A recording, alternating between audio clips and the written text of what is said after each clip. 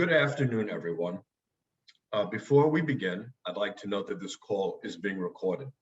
My name is Ron Halber, and I'm the Executive Director of the Jewish Community Relations Council of Greater Washington. The JCRC serves as the Public Affairs and Community Relations arm of the organized Jewish community in our nation's capital, the third largest Jewish community in America, 300,000 strong. We represent more than 100 organizations and synagogues throughout the region. And a key component of our work is empowering, training, and mobilizing our community to engage with and advocate for Israel. Thank you to the more than 200 people from our region and others from throughout the country who are joining us for today's webinar. And I'd like to thank Alexis Schwartz and Adam Odesser, who are JCRC's Israel Action Center Director and Associate respectively, for arranging this webinar. Over the last several weeks, we have witnessed an escalation of hostilities on Israel's northern border, including rockets being shot by Hezbollah and various militia groups firing into Israel, and intensified region-wide aggression by Iran, including firing on an Israeli ship.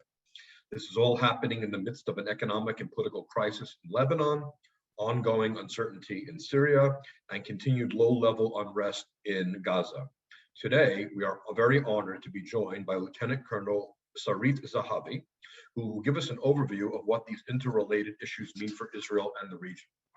Colonel Zehavi is the CEO and the founder of the widely respected ALMA, a nonprofit and independent research and education center specializing in Israel's security challenges on the northern border.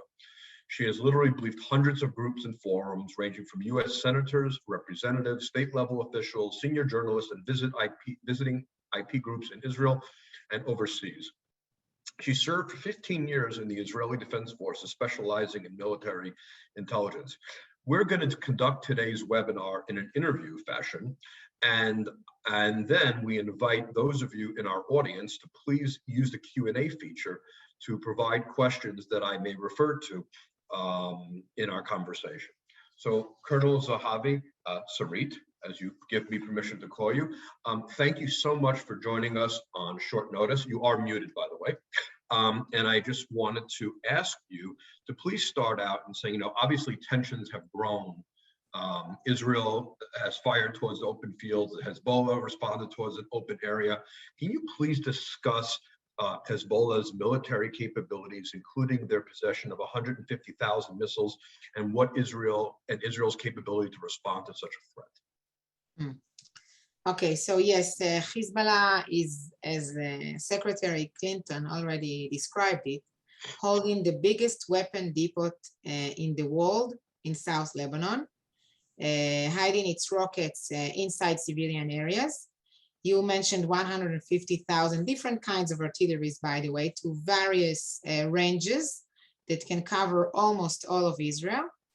Yet most of the rockets are to what we call medium-range rockets. Medium-range rockets meaning that they can get somewhere in the middle of Israel, Tel Aviv. Most of the rockets are to these ranges and shorter. 150,000, about a third of them is hidden in South Lebanon in the UN area of operation. And very small amount of them, which we don't know what's the exact amount, probably a few tens, are what we call PGM, precision guided missiles, meaning that they went through a process to improve them and they became very, very accurate, which would mean, for example, when we speak about Iron Dome and the capabilities, 90% success in intercepting rockets, as was proved last May. This means that if Hezbollah would use these PGMs, it would mean that Iron Dome can't miss. Because any rocket will have an address in Israel, and it can cause a lot of damage, not only people, but also infrastructures, whether it's civilian infrastructures, government infrastructures, and military.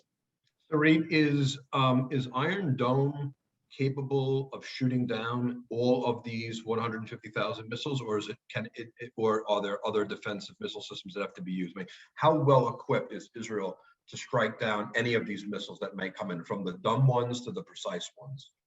Technology, we are quite well equipped. We don't have the answer to everything, but we pretty much cover most of the most of the ranges with various systems. Iron Dome is the main system to medium range, by the way, medium and short range. There is also David Sling and Arrow and Patriot. Are those three are the last three that most people know about Iron Dome, but are the last three tested, capable, and ready to go?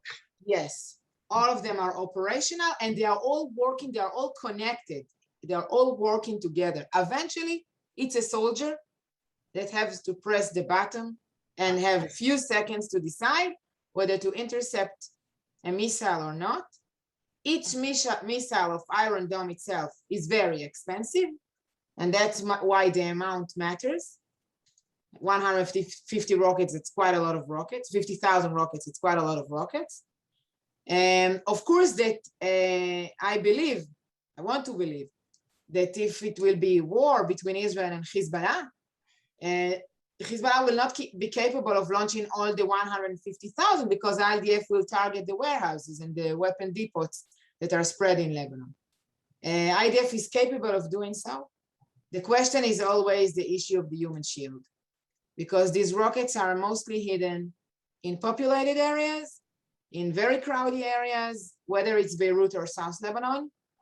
And IDF will have to find a way to attack these weapon depots with minimal collateral damage. So this is 1 minute. This is not. This is one and the main aspect of Hezbollah military capabilities. This is the artillery threat. But the second challenge is the issue of ground forces. Hezbollah, in the past decade, we always said that it went through a process from a terrorist group or organization to a terrorist army. We don't say anymore a terrorist group. We don't want you to imagine, when I'm saying Hezbollah, a terrorist group. I want you to imagine an army, no tanks, no jets, no air force, no navy, but commando units, capability to take over villages, combat experience in Syria, 10 years of fighting in Syria and experience that they've been brought then to Lebanon, capability to gather intelligence and use it in the battlefield in order to maneuver forces of hundreds of soldiers at the same time. These ground forces are planned to be sent to attack Israel, whether above the ground or below the ground. Is there an extensive tunnel structure in Lebanon? Okay, so I will divide my answer. IDF found 2 years ago. It's fine. It's a technical matter. My volume is okay? Everybody can hear me? Everybody hears you. One person has some difficulty. IDF 2 years ago found 6 border crossing tunnels into Israel. I myself visited one of the tunnels. It's less than half an hour from where I live. And it's like the tunnel is as deep as the hate. It's really an unbelievable project. Cost a lot of money and a lot of time. Today in Alma Center, we exposed a new report that we wrote, and we are now publishing it, about Hezbollah's tunnels, not only next to the border, but also in Lebanon, in an area that will actually enable to Hezbollah to disappear in times of war against the IDF, and then surprise the IDF if the IDF will decide to invade into Lebanon, to maneuver forces underground between areas in Lebanon, between Beirut and the south, between the south and the Bekaa Valley, etc. So this is much more extensive than what Hamas had in like what they were calling the metro. Is this much more of an extensive system than Gaza? It's the same idea. Mm-hmm. The same idea. So you're saying some of these tunnels stretch all the way from Beirut to the southern part of Lebanon? I'm not sure it's one tunnel that goes all the way, but definitely this project enables Hezbollah to transfer soldiers in a way that they will be able to hide kilometers, at least tens of kilometers without anybody noticing them. So how are Israel, so play out a scenario with me. If it turns out that Hezbollah were to attack Israel with missiles, obviously the Iron Dome would start, defensive operation. If Israel determined that they needed to have God forbid, needed to have a ground operation. A lot of people feel that in 2006, Israel fought to a standstill with Hezbollah and it wasn't a complete victory, although others say it was a victory because they haven't attacked since 2006. So you can look at it until last Friday, you mean? I'm sorry? Until last Friday. Until last Friday, right.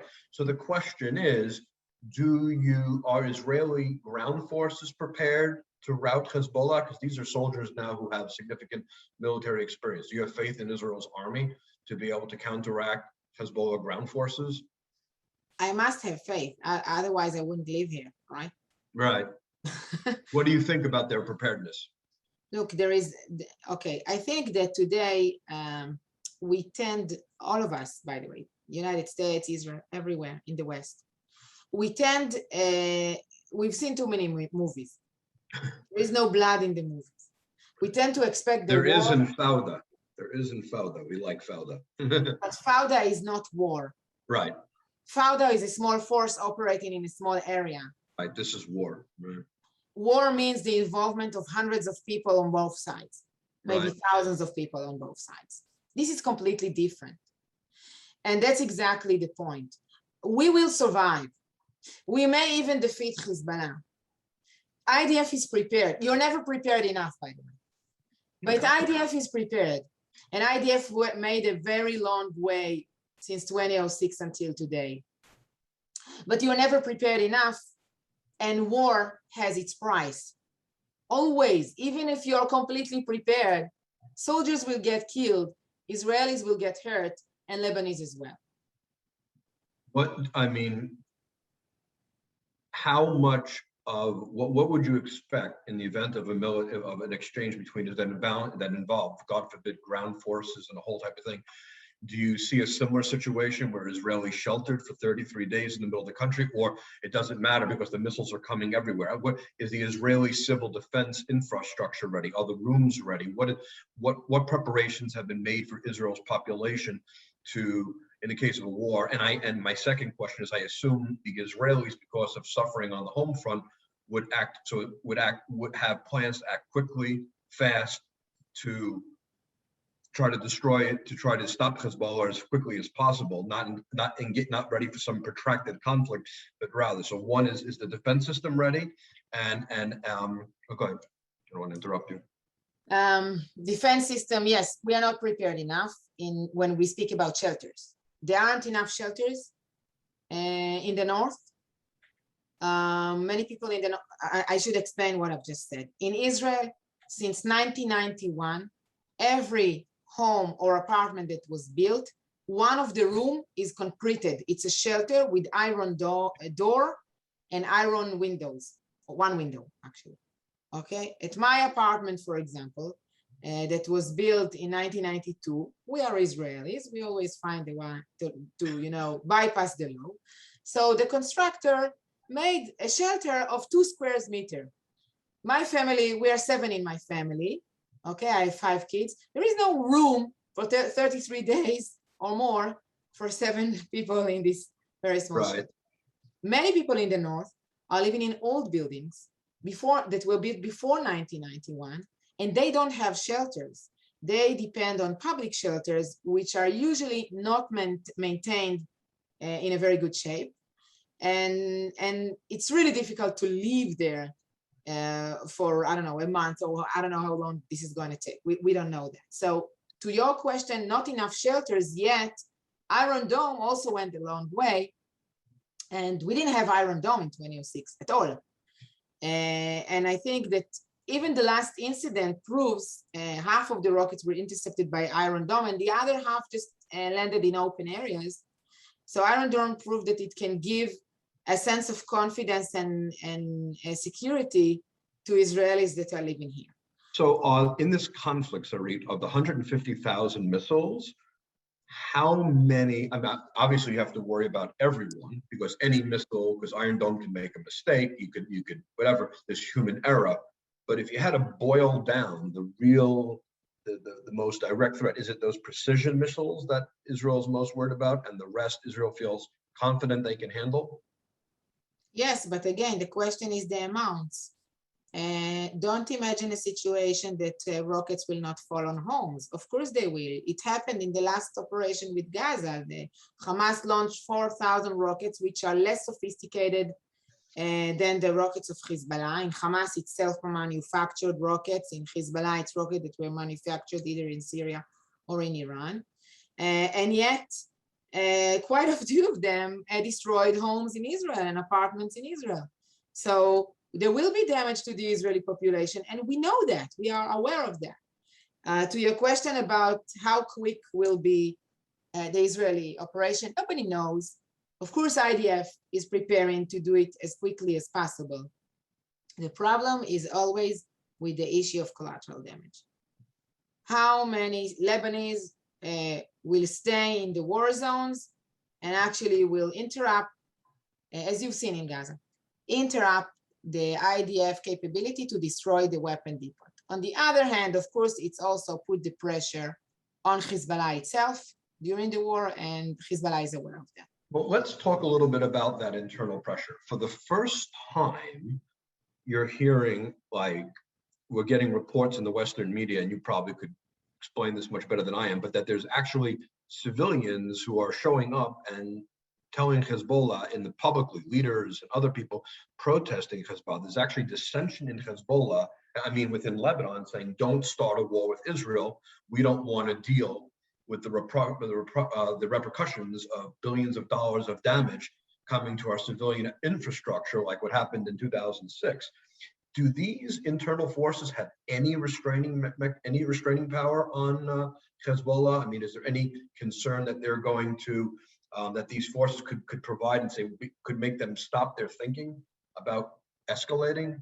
I'll put it this way: Hezbollah does not need these voices in order to hold the position that it is not interested in war.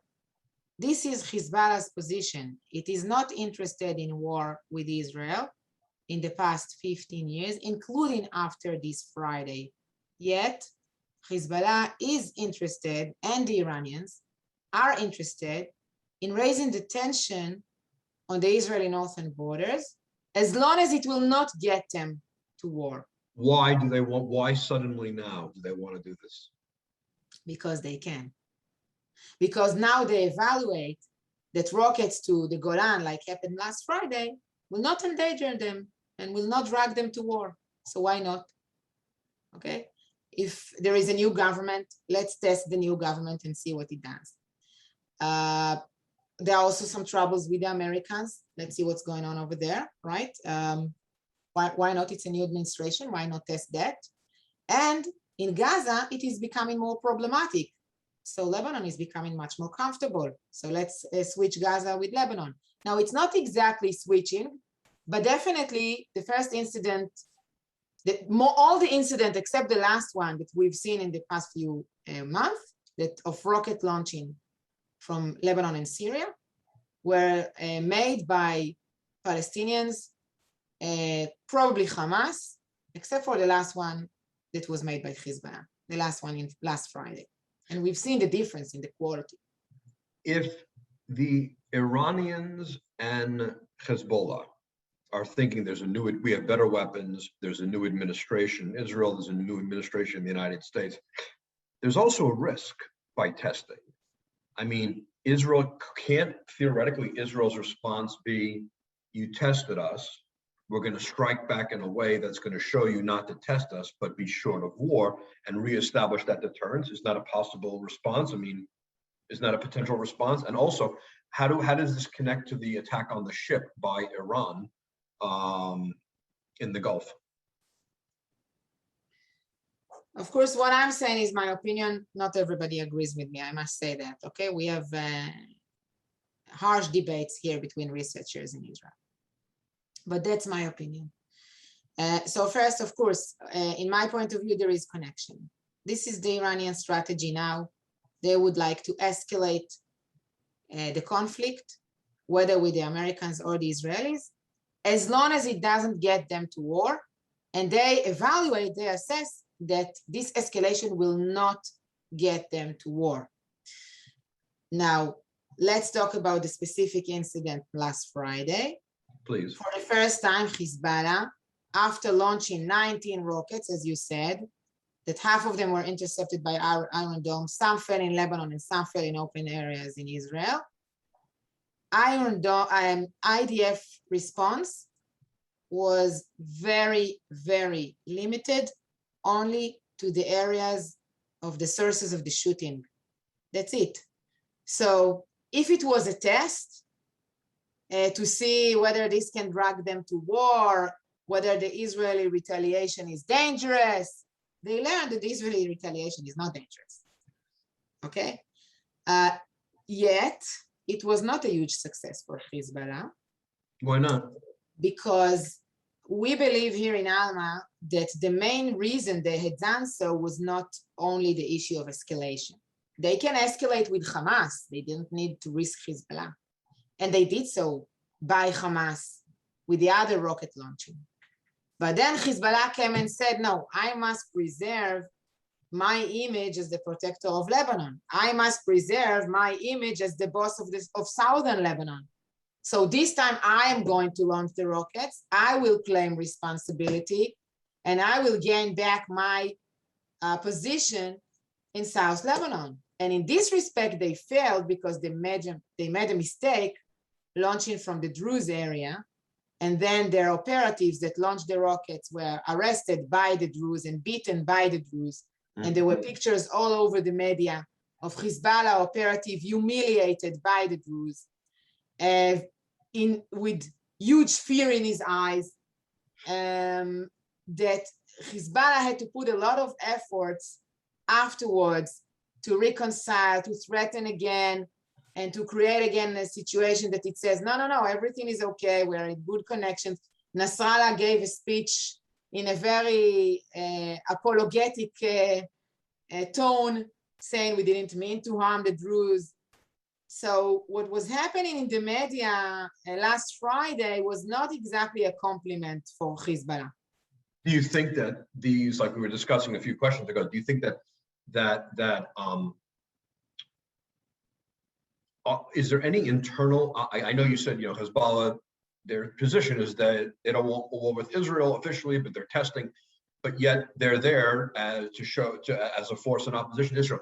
Are there any internal restraints within Lebanon that could impact Hezbollah's decision-making not to go to war besides Iran? There's a question that says, Iran is the only country that has any control over influence over Hezbollah. Do you see any solution short of war? And I'm sort of asking to that and adding to that, are there any other actors besides the Iranians that can influence Hezbollah in their decision making, whether internally or externally, besides Israel? I mean, obviously Israel, they could be afraid of the retribution, but are there any other actors out there that could tell them not to do it? The Russians, is there anybody out there that can restrain them? I'm not sure that the Russians want to be a restraining force in the region. They want to take care of their own interests in the region. So I'm not sure that we should rely on the Russians to bring peace to the Middle East. Right, I think that's a pretty safe conclusion. Look, I have very little hope with what is happening in Lebanon today. I'm with those who think that Hezbollah managed to take advantage of the poor situation of Lebanon. And not everybody thinks like me. I am not impressed by the criticism against Hezbollah in Lebanon. I think this criticism is honest, but it doesn't have enough power to defeat it. And I am not saying that. Many Lebanese are saying that Lebanon is captured in the hands of Hezbollah. And we see that in the past 2 years, you don't have a functioning government in Lebanon. And every try to establish a technocrat government, and not rather than political with Hezbollah ministers, failed.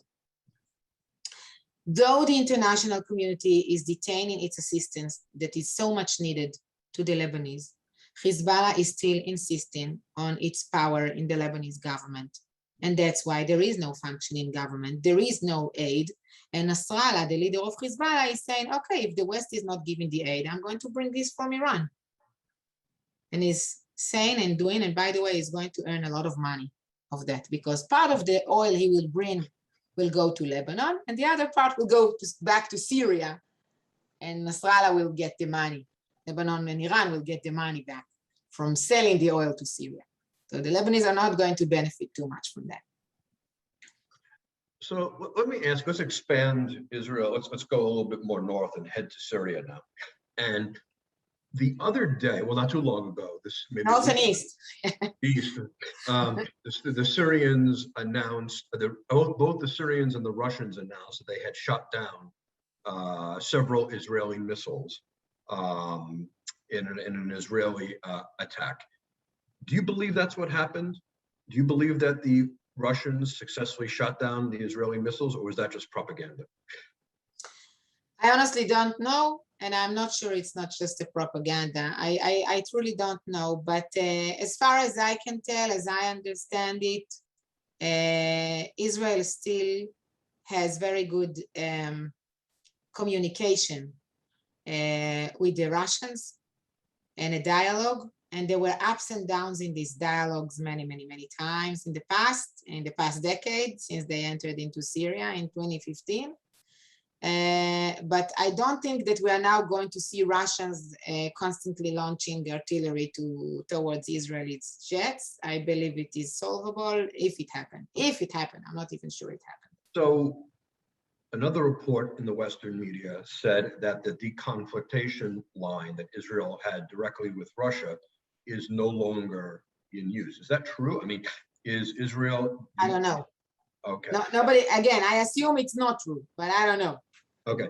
And do you, so let's say it was propaganda and it wasn't true.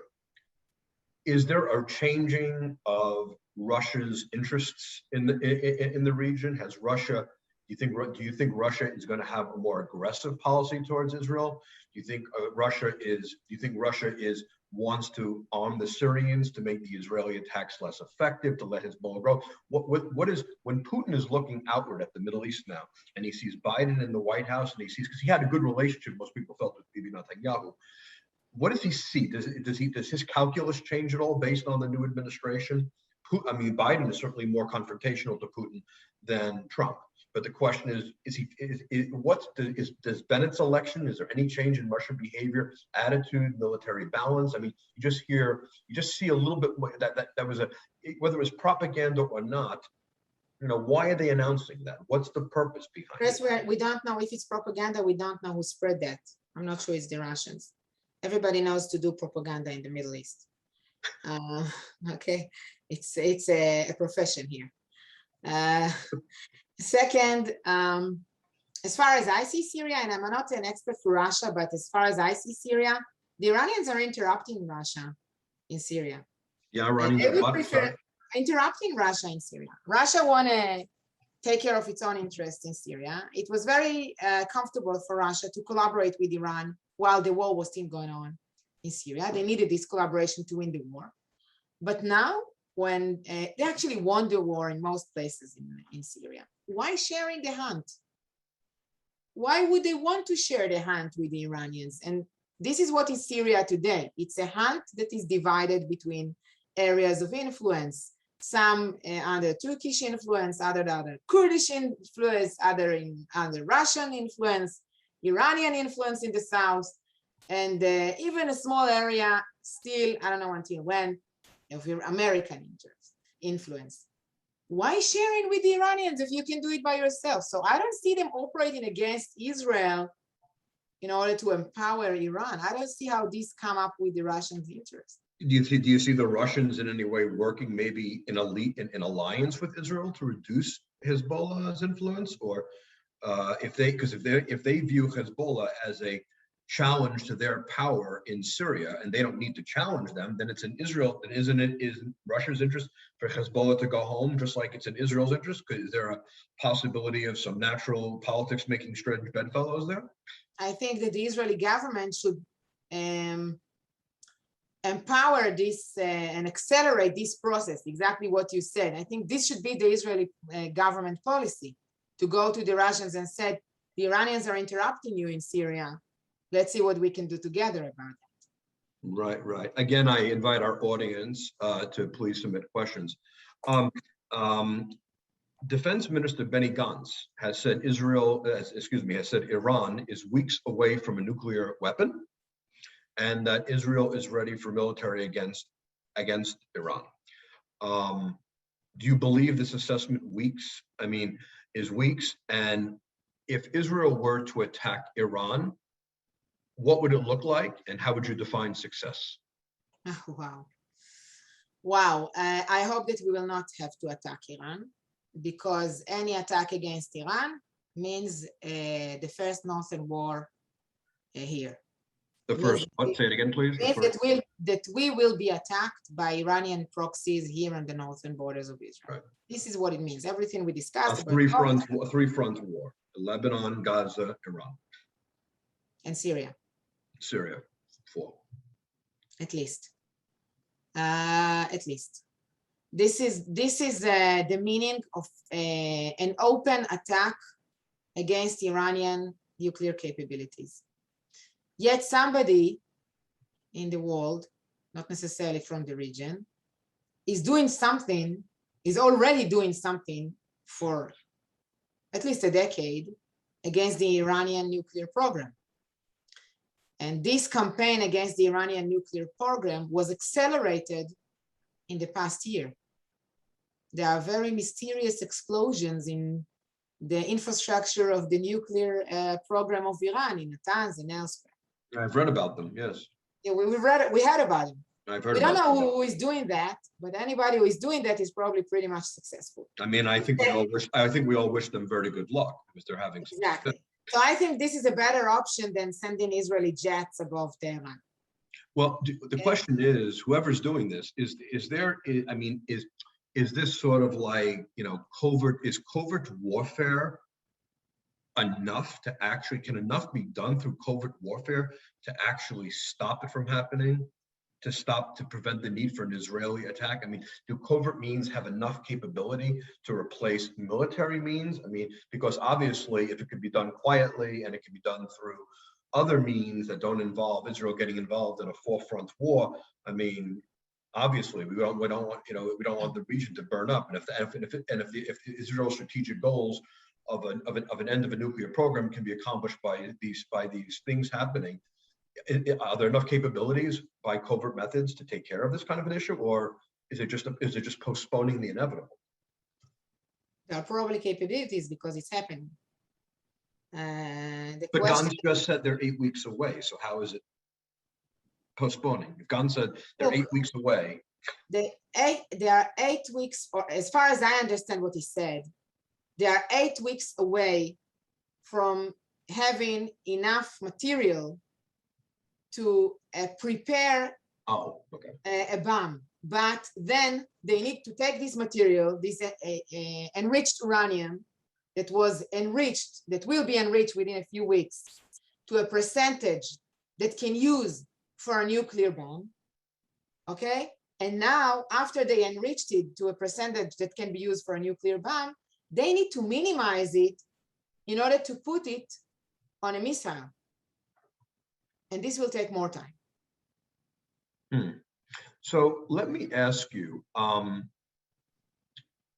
Hezbollah may have 150,000 missiles, but they certainly can't fire them all at the same time. Don't they have to be fired from launchers? And therefore any Israeli attack, explain to me what would the Israelis be attacking? You've already said attack to eliminate some of the missiles. They would destroy warehouses, they would destroy depots. How many missiles are they capable of launching at one time? And once they launch missiles, don't they leave a signature that makes them vulnerable to an Israeli strike to eliminate? So isn't there a possibility that they could get off the first round, but then afterward their capability could be severely minimized and their ability to launch most of those missiles almost eliminated? Not necessarily. You've seen this last Friday, the launcher, which was again a launcher of 20 rockets that can be launched almost at the same time, was not found by the IDF while it was launching. It's a truck that can just drive away after launching. And when it's hundreds of trucks, it's not easy to attack all of them and to find all of them and to follow all of them. And if it's not only trucks, sometimes, and we've seen this in 2006, the launchers are hidden below the ground. They pop out, they launch, and then they pop down again. And the opening is closed and it's camouflaged, and you will not know that there was a launcher from there, or you will not be able to attack it. I did an interview with then Defense Minister Defense Minister Bennett, and spoke to him, and he talked about even in his own experience as a soldier in Lebanon, how they would be that they would be hidden in the living room of somebody's house. And it just makes you wonder, with all of this, with so many of them being mobile and so many of them being stationary, that trying to hit them all is, I don't know if it's impossible, but it's impossible with a very high cost for the Lebanese, and I'm not sure the IDF is willing to do that. But to your question, I think that everybody should take a very close look to what happened in Gaza. Gaza, I think, explains us very clearly the policy, the capability, and what the IDF is preparing for. Because what IDF had done in Gaza was trying to hit or attack the strategic capabilities of Hamas, not just rockets, the more sophisticated, interesting, what we call quality targets, like the drones, like Navy, commando, the commanders, the headquarters, the tunnels, and that way creating not only an operational damage, but also a moral damage. That Hamas understands that it is very much exposed to the IDF. IDF knows where it is. That IDF is willing to take off buildings for a lot of stories without killing civilians, by the way, but yet taking off these buildings, communicating with the civilians to evacuate them. And I think Nasrallah saw, the leader of Hezbollah, saw these pictures in Gaza and made the conclusions about what can happen in Lebanon as well. Someone just wrote, is it possible for Israel to destroy the tunnels in Lebanon without involving civilian deaths there?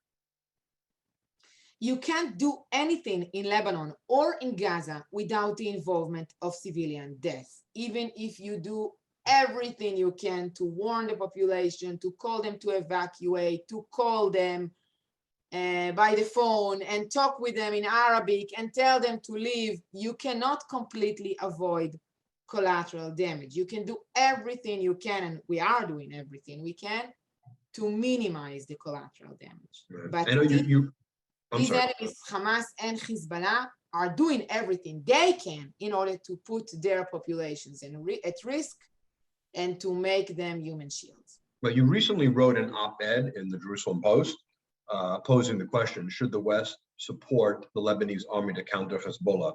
I'll pose the question to you. Is there any hope that propping up the Lebanese army will do anything to eliminate the threat of Hezbollah? Clear answer, no. Now I will elaborate. Good, that was a direct, I like it, direct answer. I'm an Israeli. Now I will elaborate. And I will begin from an example, okay? But it's just an example. Yesterday, I took a reporter to the borderline. I do that a lot. I go to the borderline almost every day. And we went to where the tunnel is. And it's very close to where I am now, about half an hour drive. And then I saw somebody with civilian clothing taking photos of me. It's not the first time that this is happening, but it's the first time that I see, it's not the first time that the IDF see, but it's the first time that I see that the person was accompanied with Lebanese army soldier that was probably securing him or helping him or collaborating with him. And actually what I saw is a joint intelligence gathering mission of Hezbollah and the Lebanese army. Now, this is an example, okay? And there are many examples like that of a collaboration between Hezbollah and the Lebanese army. Moreover, in the eyes of those who support Hezbollah, of many of the Shiites in Lebanon, there is no contradiction. between the Lebanese army and Hezbollah. You can have them both. It's okay. Okay. The Lebanese army is not capable and is not willing to disarm Hezbollah. We have been waiting for 15 years and it didn't happen, nor in the north, in the southern part of Lebanon, and neither elsewhere. It's not an alternative to Hezbollah. It will not build an alternative to Hezbollah. They coexist. They are commemorated together, the martyrs, the shahids of Hezbollah, the Lebanese army, the Lebanese people are commemorated together in the Lebanese narrative. Right. So why yet in this piece that we wrote, me and Eric Mandel, Dr. Eric Mandel, we suggested that the assistance should continue, because if nobody in the West will assist the Lebanese army, somebody would do so, like the Iranians and the Russians. There is never a vacuum.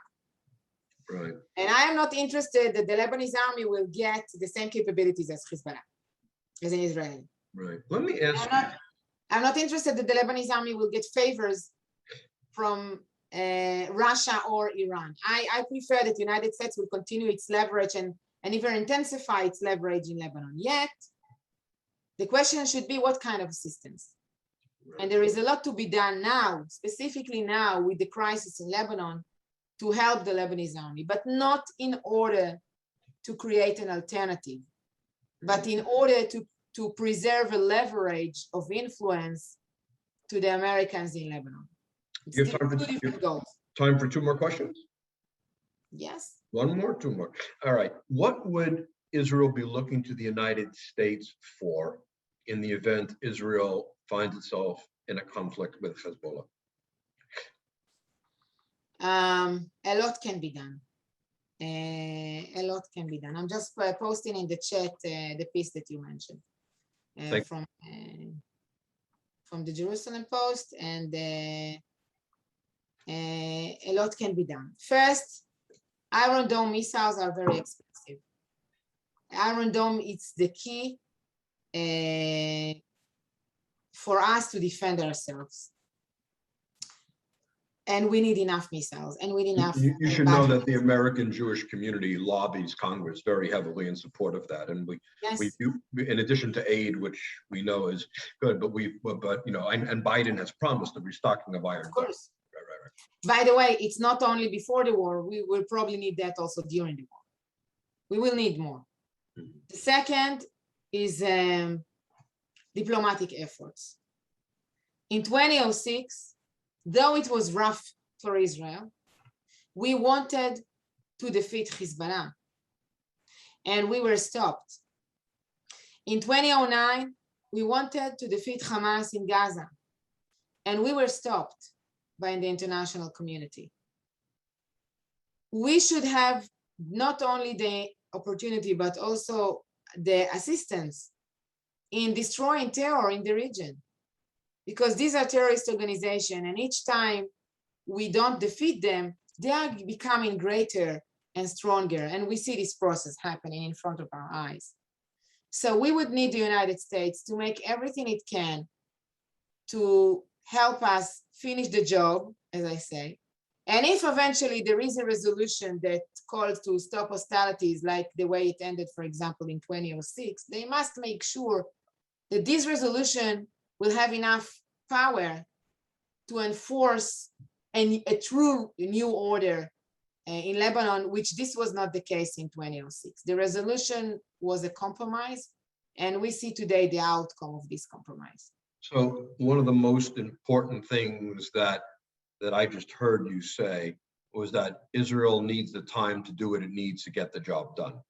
And so one of the main things that the United States has to do, I'm extrapolating them, is to veto resolutions in the United Nations Security Council and to keep pressure away from the world power. Because I mean, in the last attack with Gaza, apparently around with Gaza, there was Biden for several days was very, very supportive, didn't say anything, and gave Israel the room that it needed. But if I'm hearing what you're saying, you're thinking that Israel needs even more room.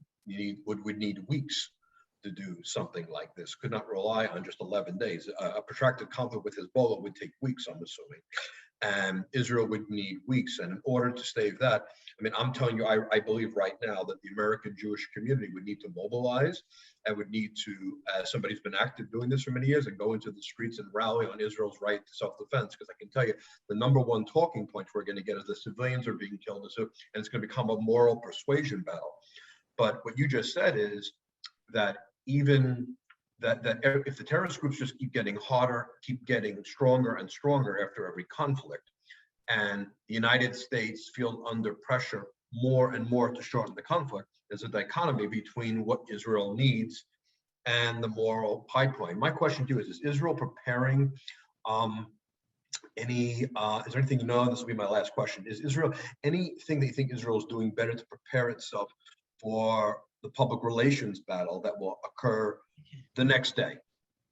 Disproportionate, we'll see all over disproportionate. So just to note something about what you said, with the assistance of the United States, we are being held accountable for the killing of civilians, whether it's in Gaza or in Lebanon, while the one that should be held accountable is the terrorist organizations that put them at risk.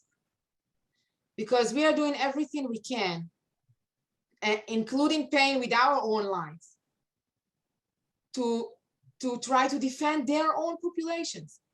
Israeli army is putting a lot of effort in thinking and creating creative ideas of how to defend Lebanese and Palestinians. Hezbollah and Hamas should be held accountable for any death of Lebanese and Palestinians. And United States should assist Israel with delivering this message. This is very important. Israel do not target civilians. If Lebanese die civilians die in an Israeli counterattack on Hezbollah, it is Hezbollah that is responsible for those Lebanese civilians' deaths. Exactly. Okay. Exactly, because Hezbollah and Hamas are launching from populated areas to populated areas. Right. And I can tell you, the American Jewish community has been making that point over and over and over again. And so have non-Jewish allies. And what constantly happens in the front pages of newspapers is the mom screaming about the loss of her child from a bomb that Israel hit to strike, the collateral damage to civilians. And it's very hard. And I'm telling you, the situation we find, I know you know this, is how do you make that argument against a picture that speaks 1,000 words? Okay.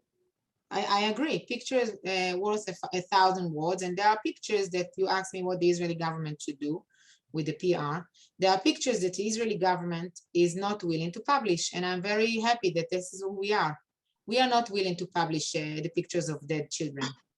Right. Israeli government is not doing that. Now, to your question, or wounded children in Israel and blood. No, we are not doing that, and I'm very happy that we are not doing that.